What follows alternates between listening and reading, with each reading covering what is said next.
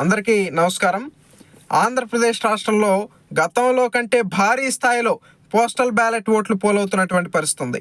దీనికి ప్రధానమైన కారణం ఏంటంటే, గతంలో ప్రభుత్వ ఉద్యోగుల సమస్యలను పరిష్కరించాలని ఉద్యోగ సంఘం నాయకులు ప్రభుత్వం వద్దకు చర్చలకు వెళ్ళినప్పుడు వారు ఒక మాట తెలియజేశారు.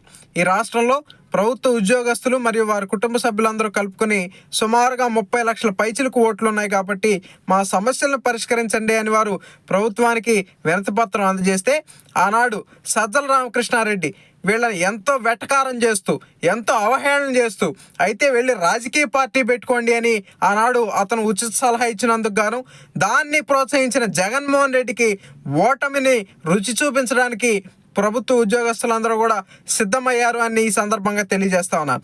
అయితే ఈ ఉద్యమం 2 సంవత్సరాల క్రితం విజయవాడ BRTS రోడ్లో ఉపాధ్యాయులు ఉద్యమం రూపంలో పురుడు పోసుకుని లక్షలాదిగా ఉపాధ్యాయులు రోడ్ల మీదకి వచ్చి నిరసన తెలియజేసినటువంటి పరిస్థితి ఉంది. దాన్ని జగన్మోహన్ రెడ్డి తన అధికార మదంతో ఏ విధంగా అయితే అణచివేశాడో, అది ఈరోజు కట్టలు తెంచుకొని తమ ఓటు రూపంలో జగన్మోహన్ రెడ్డిని పదవీచ్యుతుడిని చేయడానికి సన్నద్ధమై ఈరోజు పోస్టల్ బ్యాలెట్ల ద్వారా ప్రభుత్వ ఉద్యోగులందరూ కూడా తమ ఓటు హక్కును వినియోగించుకుంటున్నారని ఈ సందర్భంగా తెలియజేస్తున్నాను. అందరికీ నమస్కారం. ఆంధ్రప్రదేశ్ రాష్ట్రంలో గతంలో కంటే భారీ స్థాయిలో పోస్టల్ బ్యాలెట్ ఓట్లు పోలవుతున్నటువంటి పరిస్థితి ఉంది.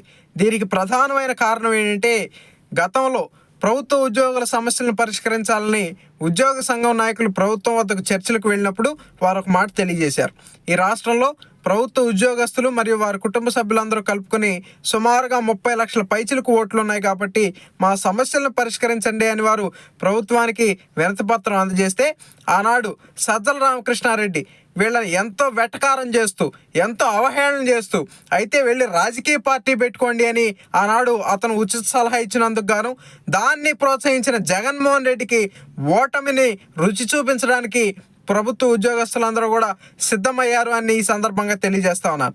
అయితే ఈ ఉద్యమం 2 సంవత్సరాల క్రితం విజయవాడ BRTS రోడ్లో ఉపాధ్యాయులు ఉద్యమం రూపంలో పురుడు పోసుకుని లక్షలాదిగా ఉపాధ్యాయులు రోడ్ల మీదకి వచ్చి నిరసన తెలియజేసినటువంటి పరిస్థితి ఉంది.